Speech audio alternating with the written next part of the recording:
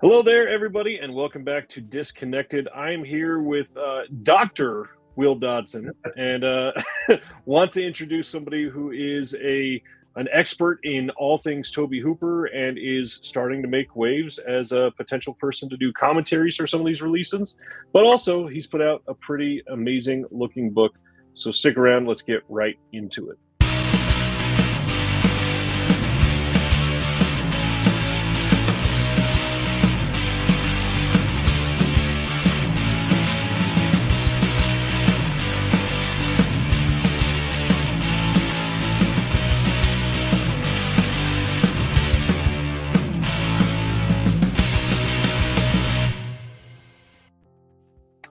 Will, thank you so much for joining me tonight. And actually, you reached out to me, which is just an incredible honor for myself. First big question is, who are you? What's going on? Yeah, that's why I had to reach out to you. Nobody knows who I am. I'm a film collector and an academic. I'm a professor of media studies and English here at University of North Carolina at Greensboro. And as I said, I've been a longtime collector. And during the process of putting this book together with my editing partner, Chris Wolfter, I came across your channel and became a fan. Every time your intro comes on, I'm like looking at the titles you have, and I'm like, okay, I need to get that. I've got that.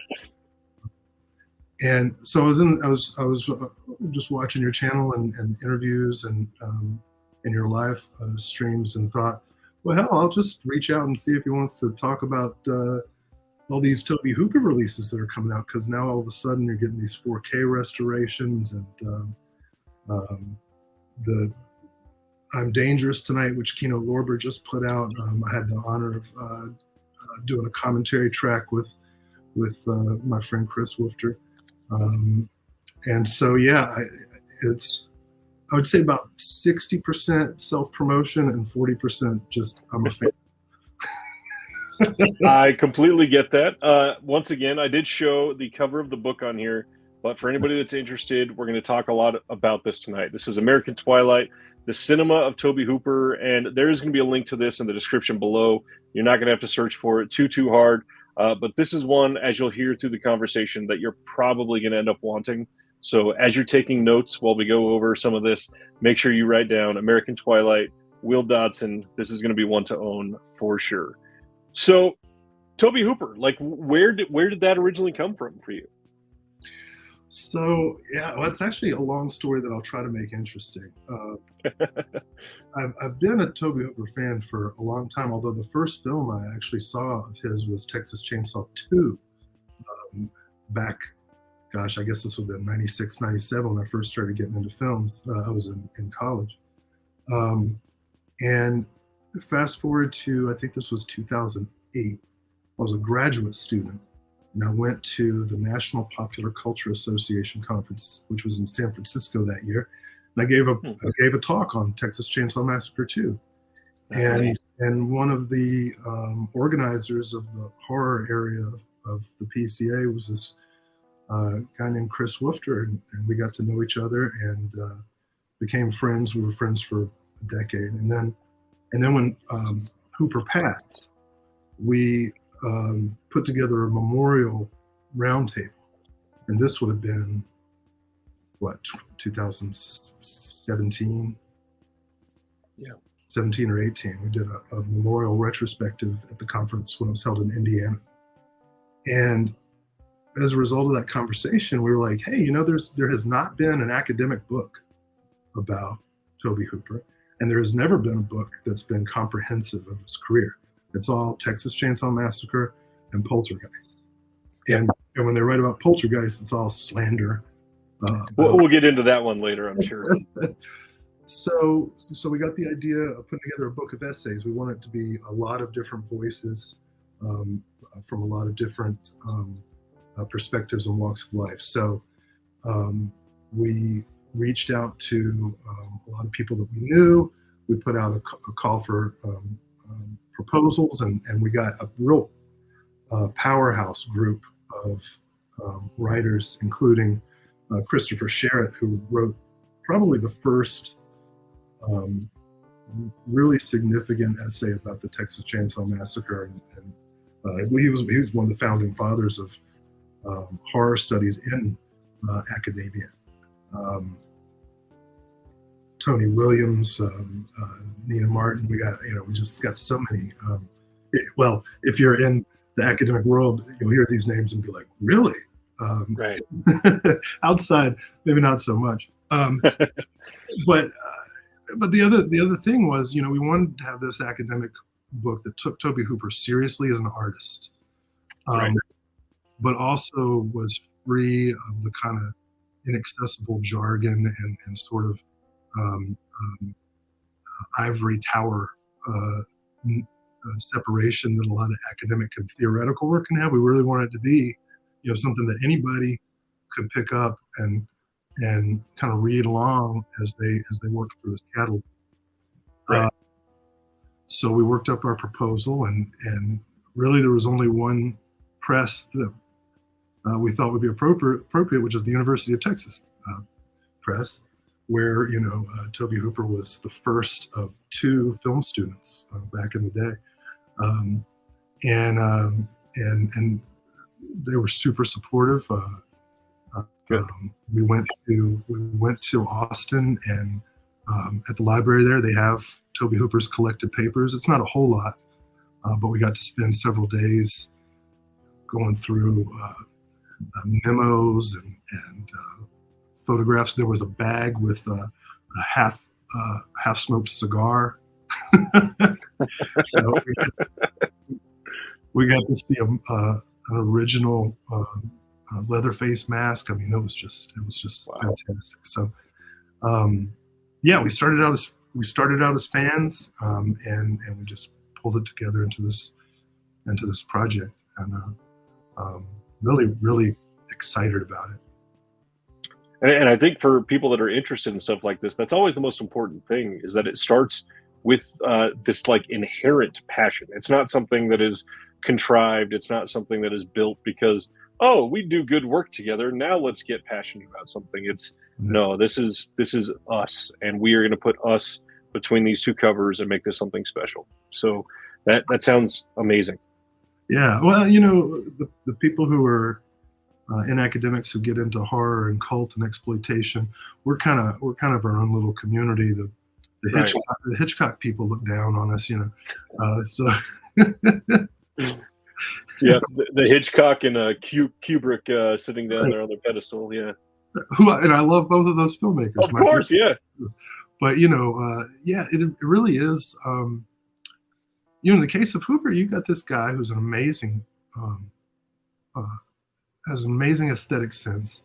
He's a true craftsman, a true auteur. He does it all, and has just been confined to this unfair characterization as a one-hit wonder, or as somebody who couldn't handle the system and so on. We actually, when the book was launched, we did a live stream interview, roundtable interview with a couple of guys who it turned out were also working on Tobe Hooper projects completely unbeknownst to us.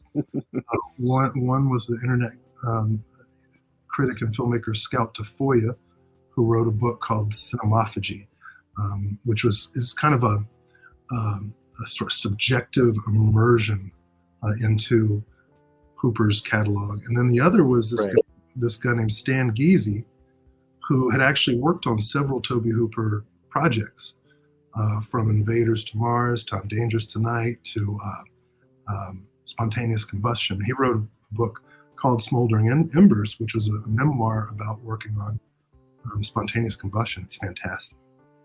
And then we got involved with this guy, Julius Banzon, who runs a website called the Tobe Hooper Appreciation Society, which features all of these essays and alternate cuts and rough cut footage and just an amazing resource. And so the 4 of us and 5 of us, Chris and me, got together with those guys, and we were going to have a live stream. And then suddenly, just out of the blue, I've been cold calling people a lot this past year. I sent an email to Joe Bob Briggs's website, and goddamn, he wrote back, and and he offered to give us a blurb on the book, and he agreed to join the live stream. So, and that's on YouTube. You can see that at the University of Texas's YouTube channel. We did a 2-hour discussion about Hooper's career. And that was kind of the launching pad. Is these books all happened at once, and then all of a sudden, all these physical media releases began getting announced. The Scream Factory's 4K upgrades of the Fun House and Life Force, and I'm Dangerous Tonight, which as I mentioned, Chris and I are on the commentary track. We'll talk about that a little bit later. Yep. And of course, we know that at some point in the fall, Vinegar Syndrome has something really special coming out with Texas Chainsaw 2. So, and then Second Sight doing 4K of the original Chainsaw at least. Right. And then too, right? Yeah, Poltergeist just got announced, 2 weeks ago now, something like that. So everybody on Twitter is complaining about the cover art right now, but eventually it'll get sorted. I genuinely like it. I thought it was a cool take. Yeah. It's kind of odd because it's one of those scenes in a film where in the film itself it's not super important of a scene, but it's one of the most notorious like filmmaking scenes behind that movie because everybody talked about the real skeletons and all that stuff. So yeah, I think it's a cool take on a cover. So Tobe Hooper obviously has a wide and varied discography or filmography. He's got, the first 2 Chainsaws. He's got the ones you mentioned, Life Force, Funhouse. We've got a handful of other random things like I'm Dangerous Tonight, very different than everything else that we just mentioned, obviously. Yeah. And then you go into things like Eaten Alive and just these off the wall things. So, in your opinion, what sets Tobe apart? Why is Tobe special? Good question. So part of this answer I'm going to steal from Stan Geezy. Since I announced I'm going to steal it, I'll do that first. Stan pointed out that Hooper doesn't have like a super specific distinctive style, right? Like if you're watching a Romero movie, you know it. Cronenberg, you know it. Carpenter, you know it. But Hooper really, I mean, all filmmakers do this, but Hooper really would adapt his style to the movie, and yet at the same time, when you watch a Tobe Hooper movie, there's something gritty about it. Yep. And I don't know if there's a better. I mean, well, we spent about 350 pages in the book trying to explain what it is, but that grit, not grime. Grit. There's some sand in the crevasse, if you know what I mean. Just always some kind of feeling of discomfort underneath, and I think that's because he was truly a radical. I mean, if you're able to ever see his first film, Eggshells, right? It's a hippie movie. But it's a hippie horror movie about people getting high in a house and then getting devoured by something dark underneath it, right? And it really is very much about the transition of generations during the Vietnam era going into the Reagan era. The transition from hippie to yuppie, from counterculture to sellout, and also the obsolescence of the American man archetype, like you look at Chainsaw, right? The family, right? They've all been put out of work by automation.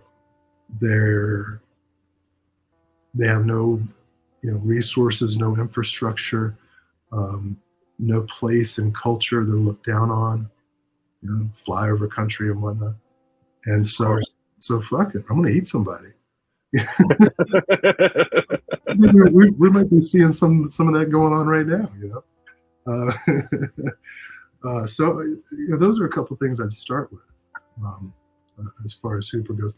I taught a course on alien invasion television last year, and I showed the pilot that he did to Dark Skies, which was sort of I won't say a ripoff, but it definitely got made as a result of the success of the X-Files. He did the pilot, right? And I go into it cold. Chris had seen the pilot and told me it was great, and I was like, "Yeah, I'll show it in the class. I'm sure I'll be able to wing it." And we start watching the thing, and about 30 minutes in, there's this scene where a kind of parasitic alien creature tries to crawl into a doctor's mouth. And it's one of the scariest things. It just came out of nowhere. We're watching something that was on network TV in 1994. And then all of a sudden there's this alien thing pulling this lady's mouth apart, and the whole class freaked out. I had to turn the lights on, say it's okay. I don't think America was ready for that in 94 either. It got canceled after one season, but that is very telling. One thing I want to go back to is the difference between grit and grime. And you actually nonchalantly touched on something that I've used before. I'm not sure if it was on stream or not, and I don't remember now. Who was it about? I don't think it was Toby. I think it was about some of the early Carpenter things, having a sort of grit. And what I explained is there's a difference between grit and like dirty, because the dirty stuff, it just kind of slides by you. But that grit, I used to work for the railroad, and one of the things we did is we would use grit to get up off of a slope if we were at an incline and we needed to get going. And I used before this metaphor of, if a good filmmaker is gritty, they will do something to grab onto you, and they're going to take you along against your will no matter what, and it is going to stick with you. Yeah. When I think of grime, I associate a bit of sleaze with it, I don't think Wes Craven, for example, is a grimy filmmaker in general, but Last House on the Left has some grime to it, I think your image is pretty apt. There's something in Hooper's films that sticks with you uncomfortably often. Even when he's funny, which he often is. I mean, every one of his films has a pretty good amount of comedy in it. I think that's one aspect of his that he does not get enough credit for, because he is incredibly comedic. Some of his writing and some of these, it is like a level above, where if you're not actually paying attention, you're not going to think it's that funny. But if you're really watching, oh man, it's sometimes like laugh out loud, bellow laugh funny. Oh yeah. Well, Texas Chainsaw 2 is such a great. I mean, every line in that, all of the physical humor with Caroline Williams and Bill Moseley and Dennis Hopper. I mean, that film is a comedic masterpiece, while at the same time having some moments of genuinely terrifying imagery. Oh yeah. But yeah, funny throughout. There's even in things like as later. Actually, what I think is funniest late period movie is Mortuary. Have you seen that one? Oh yeah. Oh my God, that movie is hilarious, while at the same time super disturbing.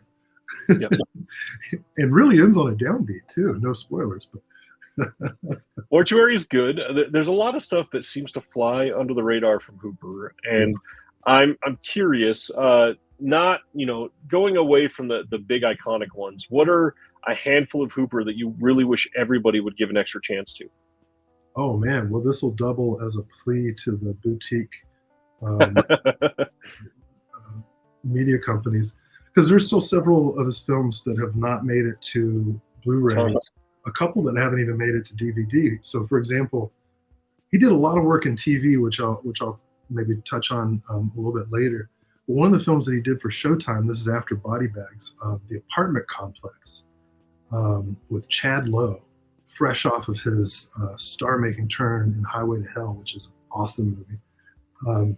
The Apartment Complex is this kind of film noir meets Melrose Place, except it's in a really poor part of town. It's got a great cast. It's bizarre. It's strange. I'm resisting calling it Lynchian, although I think if you watch it, it'd be hard not to say there's some Lynchian influence there. Right. The in-name only remake of the Toolbox Murders is absolutely fantastic.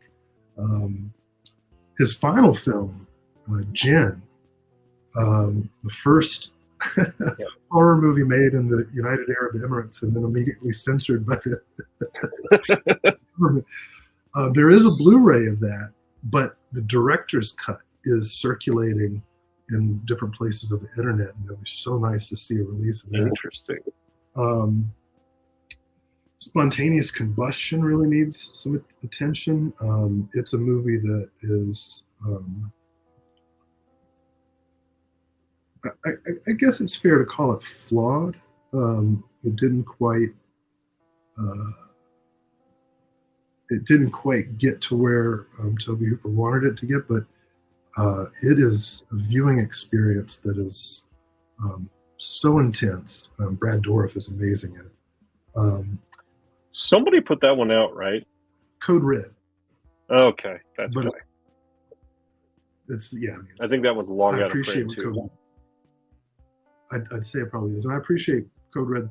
I appreciate everything that Code Red puts out, but it's not like they're restored, Right. No extras or anything. So we got some handful of obscure ones out there.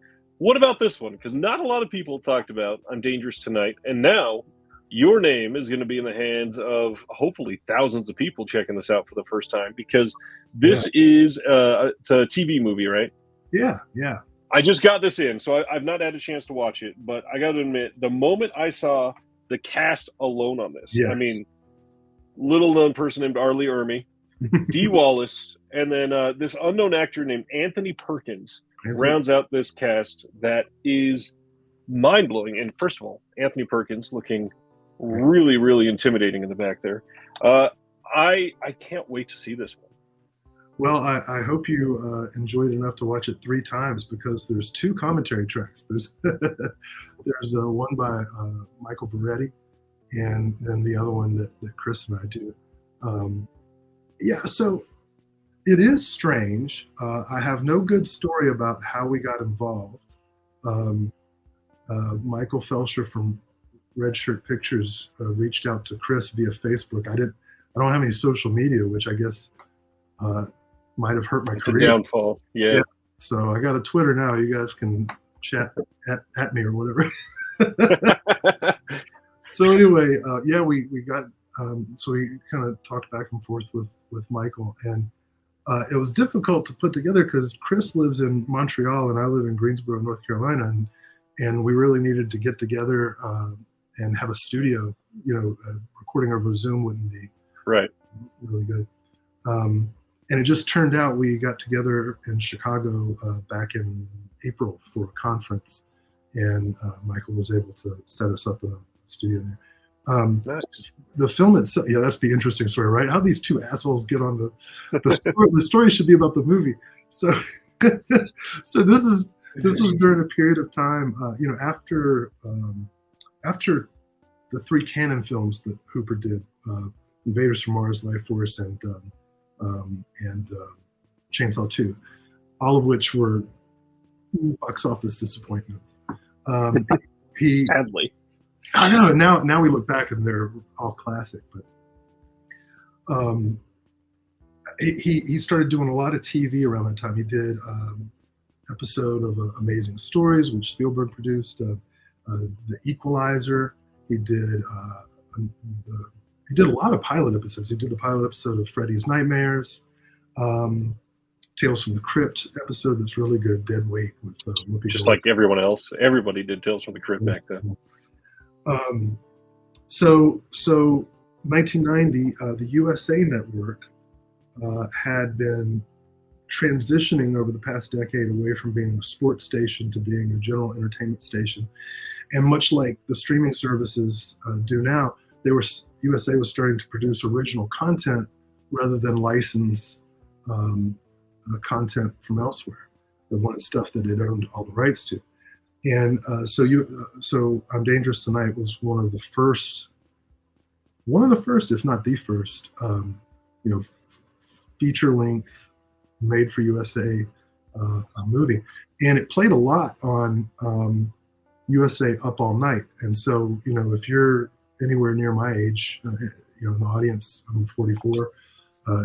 Chances are you grew up watching Gilbert Gottfried and Rhonda Shear on Up All Night, and that's where you saw a lot of movies for the first time. And that's when I saw I'm Dangerous Tonight for the first time, back in like 91 or 92. Nice. So that's the story of how it got put together. And as a made-for-TV movie, it's got that level of there's no gore. There's a little bit of sexuality, but there's a real gothic creep factor. Stars Madchen Amick, who had just, I think the first season of Twin Peaks was coming out at this time, so she was just getting started. And based on a Cornell Woolrich short story about a cursed red dress that brings out the repressed desires of anyone who touches it. So basically, anybody touches it, they either want to kill or want to have sex or both. And of course, they make this for TV when you can't really show either. Right. There's a pretty good castration scene. That is that very essentially classic type of story, and to get somebody like Hooper attached to it, I think is a nice move, and it's going to bring that familiarity that you need for a story like that to make it more interesting. Otherwise, it's going to feel far too cliche. For sure. And yeah, it really is kind of a fairy tale story, a gothic fairy tale, which, Hooper, when you look at it the right way, I mean, Texas Chainsaw is a kind of fairy tale. The writer Makita Brotman once likened it to Hansel and Gretel. Wrote a really great essay about that, and I think there's a sort of Grimm's or Grit's fairy tale quality to many of Hooper's films. This one included. I'm going to get to work trademarking that, by the way, for the two of us. So I think this is a nice transition time to get into this, and I'm going to word this way on purpose.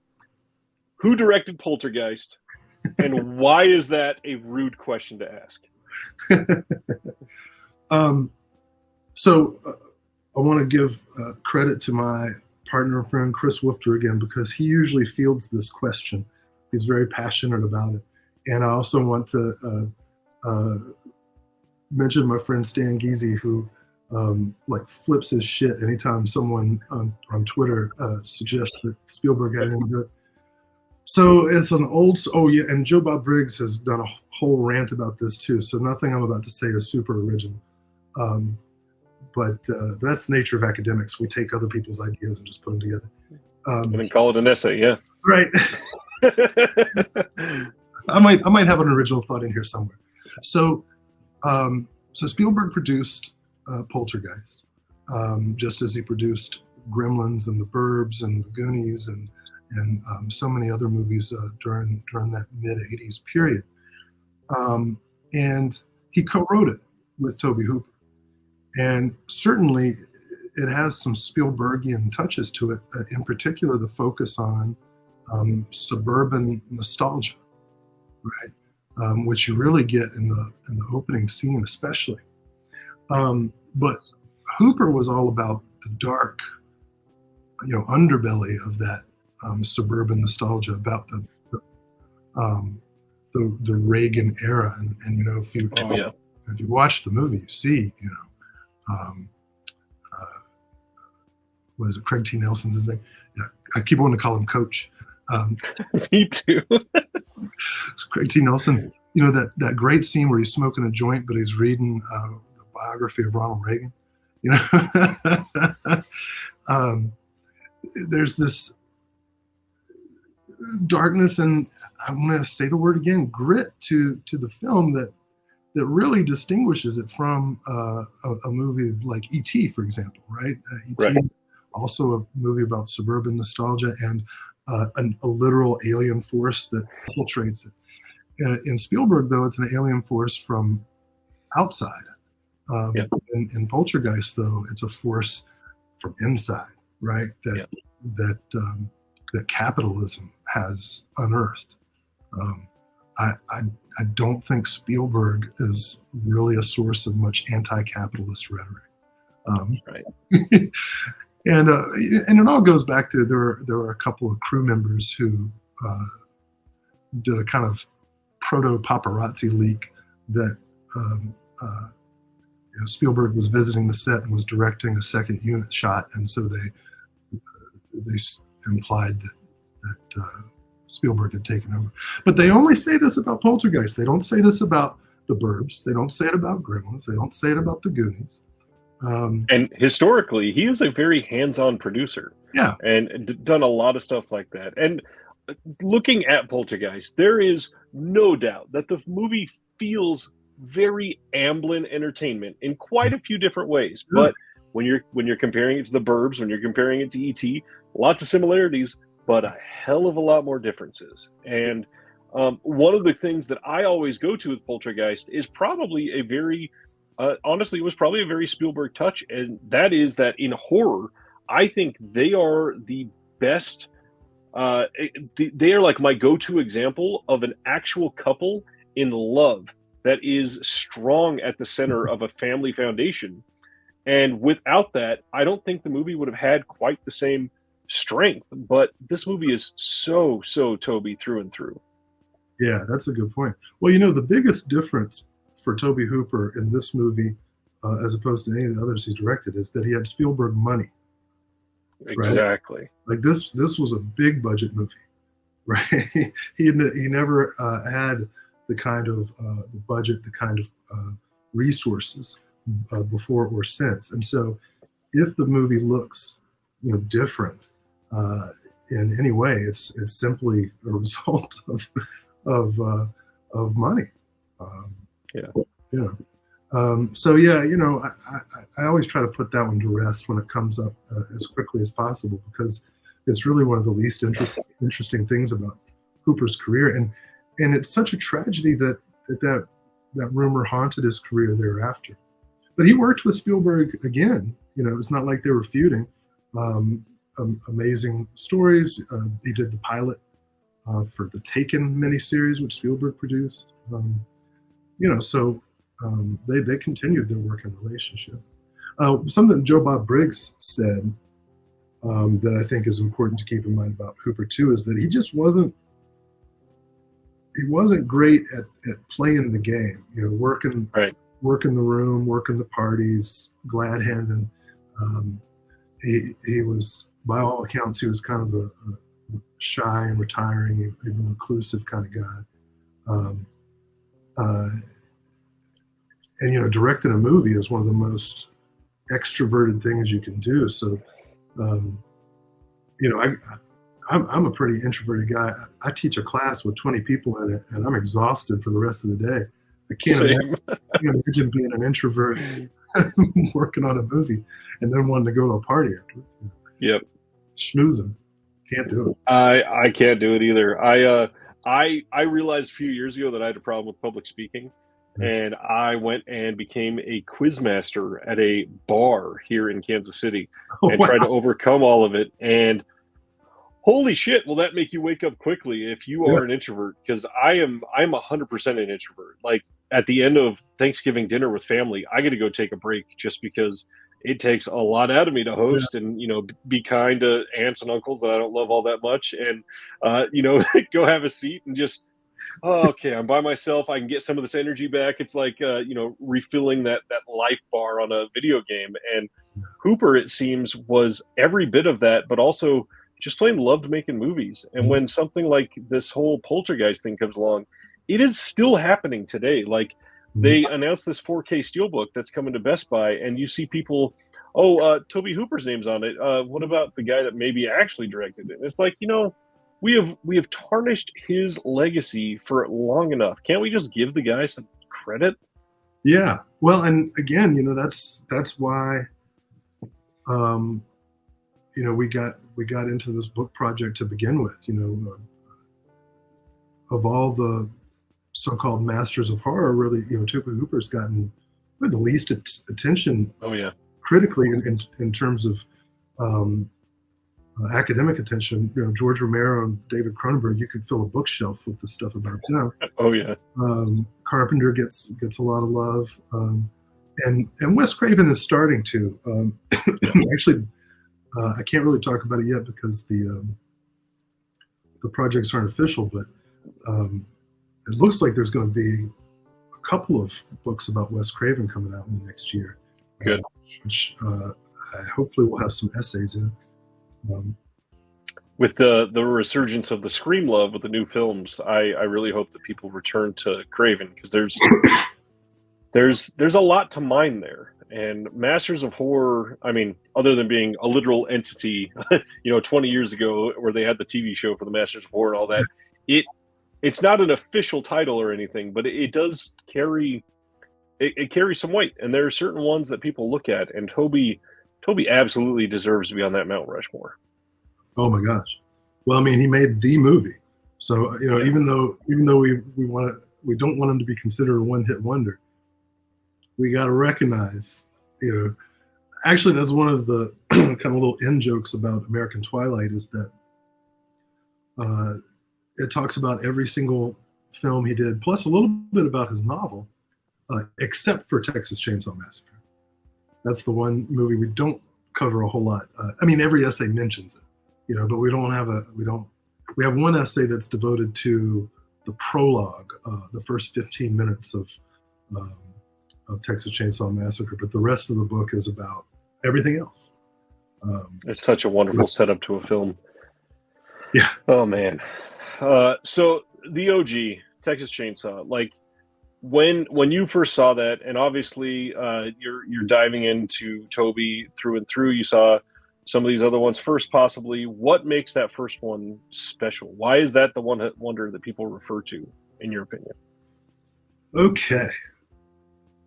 So first of all, that movie is 77 minutes, something like that. Yep, it's very short, and it has almost 900 cuts, some of which are a couple of frames. Yeah. The guy cut the movie in his living room, strips of film just like draped over furniture. Yeah.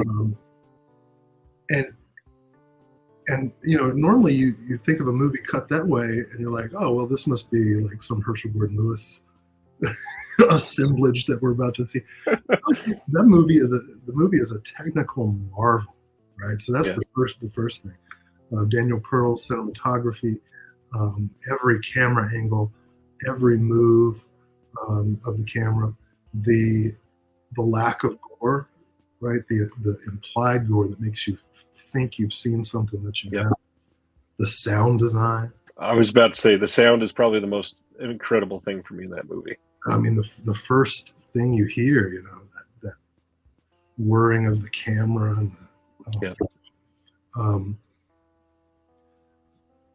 there's something compelling too about the family, right? Yeah. Who are named the Sawyers in Texas Chainsaw 2, so I'll call them the Sawyers here as well. An all-male family. You got grandma's corpse up in the attic, right? No mother, right? It's 3 brothers and grandpa, right? No mother, no father. The hitchhiker has this neediness about him, that greasy neediness that just kind of gets inside of you. The cook is so acerbic and funny. I mean, Jim Seedow, who was also in the sequel, so funny. And then Leatherface. I mean, now you look back at from the vantage point of today's kind of gender theory. You look at Leatherface and you're like, oh, this character has, like gender dysphoria, or body dysmorphia, and is trying on these different faces and is wearing different outfits to fit different tasks, which is a nice little commentary on the capitalism of domesticity. That sounds smart. It very much did. I mean, well, I'm just rambling now. You asked what was so compelling about the film. No, it's a great answer, and to be honest, that's one of the things that gets to me about the original is it is, looking at the first film in a microcosm, because obviously we're going to try much more in the sequels and these long things that are going to go on to try to explain the backstory and all that. But in this first film alone, it is just essentially a savage person with no real motivation and just sweaty in every scene and just to get the fucking job done as much as they can. And the fact that you know so little about this person and their intentions and any of that, that is, to me, maybe the scariest aspect of the first Chainsaw. Oh yeah. And I think it's made even scarier by the fact that part of the reason we can't see motivation is because they didn't do anything. These kids trespassed, and if they just kept going, everything would have been fine. Yep. They come into they've broken this border, and now they're stuck. These hippie kids with a sense of impunity and entitlement and immortality that young people have. They go somewhere they shouldn't. That's very true. And that was, God, what was that? His third feature-length film, something like that. Well, second, right? I know Eggshells was the first one.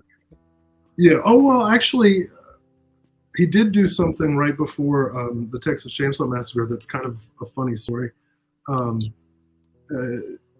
He did a documentary called "The Song Is Love" about Peter, Paul, and Mary. The Puff the Magic Dragon people. And yep. And so, yeah. So here's the deal. I'd forgotten all about this. The book's been out a year. I've moved on. No, yeah. So The Song Is Love, completely unavailable. And Chris, really Chris does all the work. Chris was trying to track this film down, trying to find it on VHS somewhere. Couldn't find it on VHS. We went to University of Austin in part because we had hoped we might be able to get a digitized copy of the film to see, but we weren't able to. And then Chris managed to get in touch with this guy I mentioned before, Stan Giese, who hooked us up with a digital copy he managed to have. Oh, wow. So it took us about a year to find this film, which I'll tell you about in a second because it's a compelling film. Now, guess what? It's on YouTube. Of course. So anybody who's watching this after this is over, you can watch the Song Is Love about Peter, Paul, and Mary. So how does the guy who did Texas Chainsaw Massacre do a documentary about Peter, Paul, and Mary? Well, so this film is really a holy grail for kind of understanding the evolution of Hooper's style. So Eggshells was first, his kind of student film. He did a couple shorts, The Heisters, which was kind of a Hammer Films meets Looney Tunes short film. Down Friday Street, which is a little documentary about a building being demolished. But some of those, sorry to interrupt, some of those were on the Arrow release of Texas Chainsaw 2, correct? I believe so, yeah. And they're on the Eggshells release that University of Texas Press put out, but I think that's out of print. They're on YouTube now too. The show, yes, because of course, right? After all that work. Well, anyway, so the Peter, Paul, and Mary movie was made for PBS. It's about an hour long, and it's a combination of performance footage, but he follows the group to civil rights protests and Vietnam protests. He's got this great shot of Peter Yarrow in Memphis, at a civil rights rally, and he's got this nice silent shot of him lighting a cigarette for a black man, as they're kind of talking before the speeches. It's just this beautiful moment. And then that's combined with interview footage in which the three talk about the nature of the music industry, the kind of tensions between artistic ambition and commercialism. Because you got to remember, we think of Peter, Paul, and Mary today as like kids folk music, right? Because this is like right before rock and roll kind of obliterated all that stuff. But folk music at the time was, right, the counterculture, the protest music. Peter, Paul, and Mary's Puff the Magic Dragon was on an FBI list for promoting drug use, right? These guys had a file on and so this documentary, which also features this really interesting interpolations of distorted footage of like the American flag in the distance and kind of metallic sounding music, really anticipates the sound design of Texas Chainsaw Massacre. But what it has in common with Chainsaw is this feeling that there's something hot underneath these people who are talking that's about to explode, right? And that, I think, describes a lot of Hooper's work, certainly Spontaneous Combustion. And it's generational, right? Not just generational as in shifting from the greatest generation to the baby boom to Generation X or whatever. It's generational in the sense of this paradigm shift from the post-war New Deal, or the New Deal after World War II, and the GI Bill and the sort of building of the American middle class, the white middle class, right? And then the shift into the yuppie era of Reaganomics and Michael J. Fox movies. No offense to Michael J. Fox, but right, they're yuppie movies. Well, and that was his first big character, right? Alex P. Keaton, the yuppie. Right? So absolutely, I mean, you got to see this Peter, Paul, and Mary thing, man. It's fantastic. It sounds incredible.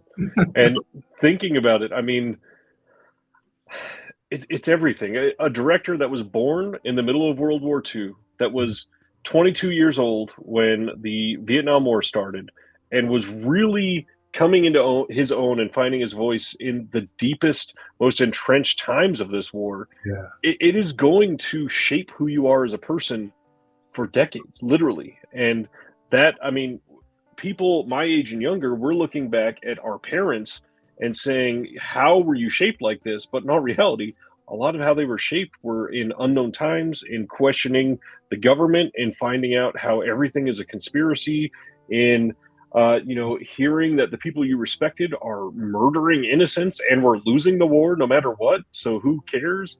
All this is happening, and it leads to cannibals in Texas, and it leads to an alligator farm in the middle of nowhere, and it leads to a naked alien on screen for an hour and a half. And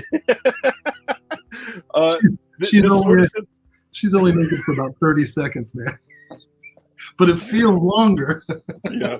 But I mean, even like we mentioned, the stuff in Poltergeist, it is who Hooper was in his heart, truly, because everything came from this place of he was deeply affected by so many things that were happening in his life. And it was his formidable years. You can't really fault him for that in any way. Yeah. You remind me of something. a documentary that came out, I think 4 or 5 years ago, a French documentary about America called We Blew It. And is the last thing that Tobe Hooper was filmed for. He was interviewed in it, along with Michael Mann and Jeff Lieberman and several other filmmakers and counterculture figures. Well, anyway, the documentary begins with that scene in Easy Rider with Peter Fonda and Dennis Hopper talking, and Fonda's talking about it. Says, we blew it, right? And the question is, well, what do you mean? What do we blow, right? Right. We blew it. The last interview of this documentary is with Tobe Hooper. It's towards the end of his life. He's older, kind of frail, and he's talking about his generation and what they were trying to do in terms of politics, counterculture, art, filmmaking. And he ends on saying, I really think we blew it. And it's such a powerful moment, right? Because I don't think he knew that the Easy Rider footage was going to be in this movie. Right. And it bookends this road movie. The documentary is a road movie going up and down Southern California, West Texas, and just interviewing these people, many of whom were hippies, and now as older people have become MAGA head Trumpers. Yeah. And I'm not, to the audience, I'm not making any political statements or anything. This is just a description. But yeah, it really makes you think, right? Like, because at some point, radicals become the conservatives, right? That's I'm feeling it happening to me now. As you get older, there's only so many. It gets you. But yeah, right. Yeah, in terms of their political project, their artistic project, this idea that we blew it, which is something I'm going to be exploring in my next project, hopefully. What was the goal? Right. What did they think they were going to be able to achieve? Peace and harmony and sexual revolution. Make love, not war was literally the slogan of a decade. Yeah. Now we make pornography, not healthcare. And we can survive with both. There's room for both. Yeah. We got to make room for both. I'm with you. On a good note, let's get back to your contribution to this. This came out of nowhere for you. How did you go about it? How did you prepare for it? Was it a lot of work for you? Oh man, we got so drunk. No. I wish that was the entire story. So we got set up in Chicago, got this really nice studio, and just drank our heads out. Yeah, it was amazing. We were there for several days, and we had a really sweet Airbnb that was near a liquor store. So, no, we had spent the better part of 2 years working on this book. Both Chris and I wrote essays for the book. We collaborated on the introduction. We edited all the contributors' essays. So that meant we did our own research, but we also, benefited from the research of the contributors. We watched all of his films many times, as many of his TV projects as we could find. So really, it became a question of, all right, how boring do we want to be? Are we going to be that kind of commentary that just fact? So we, as any good editor will tell you, we started cutting. And it feels weird to talk about your own commentary track, but now that's like a whole genre of entertainment, isn't it? Well, I'll talk about that. So yeah, well, we made it a conversation, and we started out with some basic historical information, talked about the source material, the USA Network, Tobe Hooper's career, and then we kind of gently analyze the movie while also making jokes. Because I mean, there's a fair amount of cheesiness in it. It's called "I'm Dangerous Tonight," and it's about a dress that makes you horny, you know. So there's a fair amount of good humor in it as well, which I think is nice, and it's a nice counterpoint also to Michael Veretti's commentary, which I was able to listen to the other day. He's solo, and so he's making his own jokes and asides, but also kind of straightforward information. Almost said information, not information dump, an information trail, right? So I think they make a good pairing, because you have one that's kind of a conversation among fans who have kind of this broad Tobe Hooper project, and then Michael's talking about this project more specifically with some connections to Hooper's whole career. It's really enjoyable. And then Stan Geezy is on it as well. He has about 45 minutes he was the videographer on the production. So about 45 minutes of behind the scenes footage of Hooper directing, doing setups, the actors kind of interacting. And as you watch the footage, which is silent, you can listen to an interview with Stan, moderated by Michael Felcher. And then there's a video essay as well by Chris O'Neill.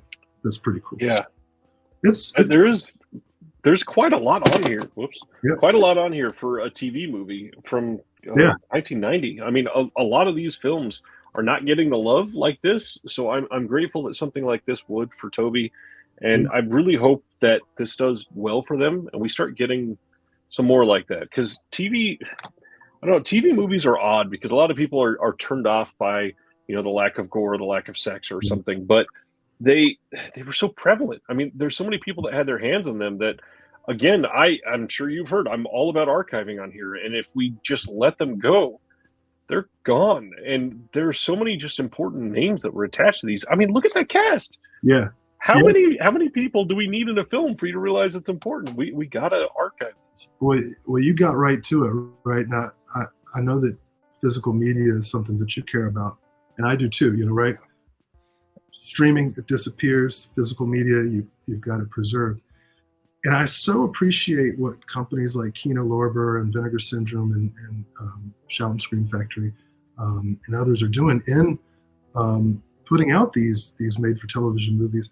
Because often, and if you're interested in directors' careers, they often fill really important gaps. Wes Craven. Wes Craven did 5 TV movies plus 6 or 7 episodes of the 80s Twilight Zone. Carpenter did. This is all right. I'm going to tangent. It might have to be another video. The Final Girl concept, right, which is originated in academia with Carol Clover, and it's really based a lot on Halloween and a couple of films from around that time. But if you watch John Carpenter's film before Halloween, the made-for-TV movie, Someone's Watching Me, it totally twists and anticipates the final girl, but portrays the sort of character concept in a way that totally disrupts and contradicts what we now think of as the final girl. The repressed and masculinized heroine, which now it is, right? Because once the final girl became a thing, the movies started to copy it. But if you check out John Carpenter's TV movie before Halloween, you see something that's a little bit more nuanced. And same with Hooper. You learn so much about his career with his TV stuff. Craven too. David Cronenberg did a Friday the 13th episode. It's great. Everybody did some TV.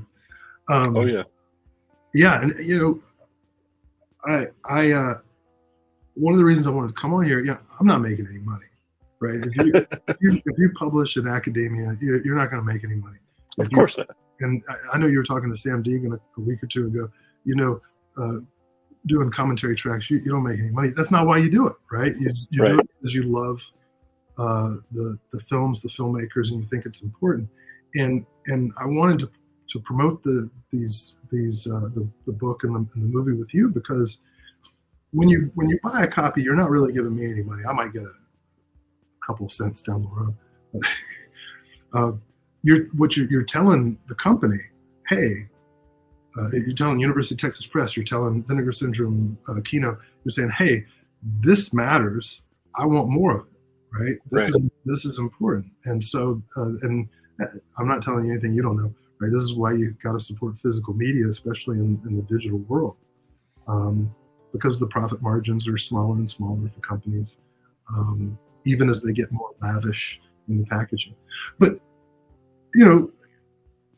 I'm Dangerous Tonight has 2 commentaries, a documentary, and a video essay. That's a damn film school right there. Oh yeah. And all the stuff behind you, I don't have my collection with it in the shop, but we now, I mean, to be a film fan now is the best time to be a film fan, because every release gives you hours and hours of information and historical context, and the ability to understand film as an art and a commercial art, on a level that no generation before us could. So that's what I love about it. Just and what I want to support and what I want to be a part of. Well said.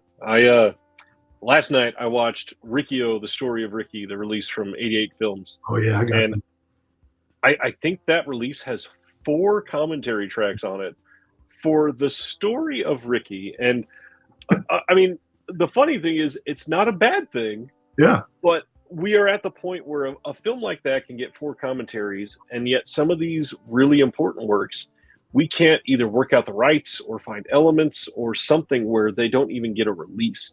So I think that we need to feel so fortunate when we get stuff like this. And genuinely, like you just said, speak with your wallet as much as you can. Obviously, don't put yourself into debt or anything crazy like that. But if you can, support what's good and support the things that you like, and hopefully more gets created. Yeah, it really is amazing how physical media has worked out, because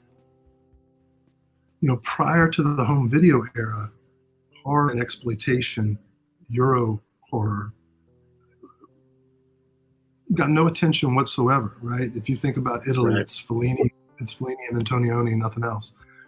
But in fact, people were going to see the Fulci movies, the Argento movies, the Gialli, the zombie films. That's what subsidized the art cinema, right? And now, the big companies that want Avengers money look at physical media and they're like, this doesn't. Exactly. So, you get like Warner Archive, which does a great service, but titles trickle out, right? Yep.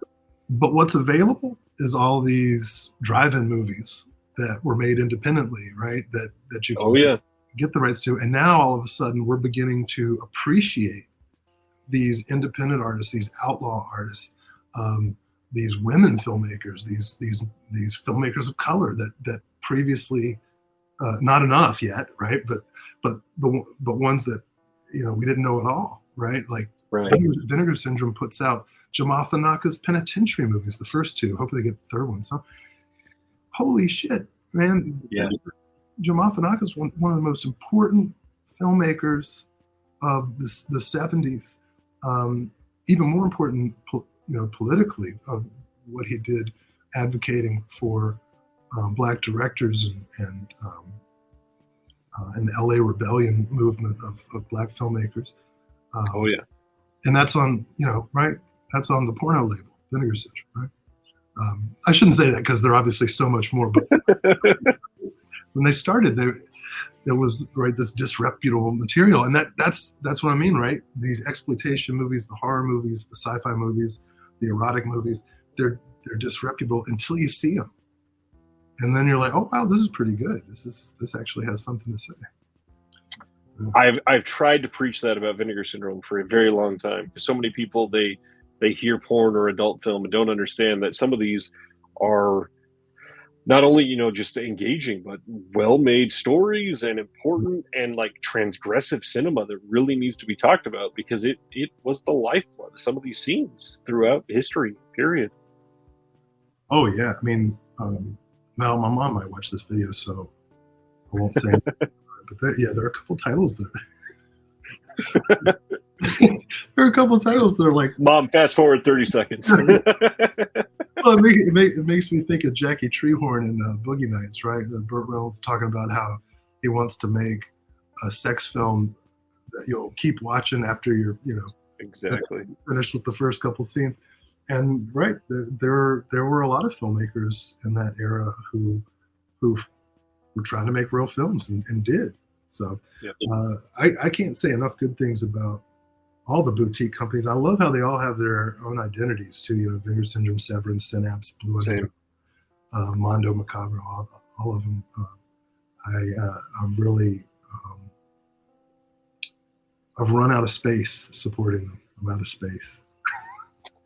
That is my biggest worry right now. I completely agree. Will, wanting to be completely respectful of your time, I will pull this to a close.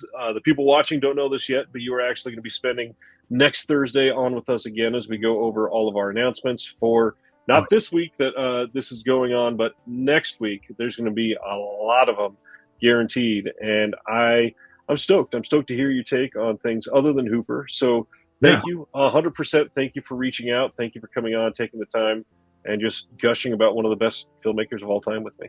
Oh, this is so much fun. I really appreciate it. Can't wait for the live stream. Nervous, but it's going to be great.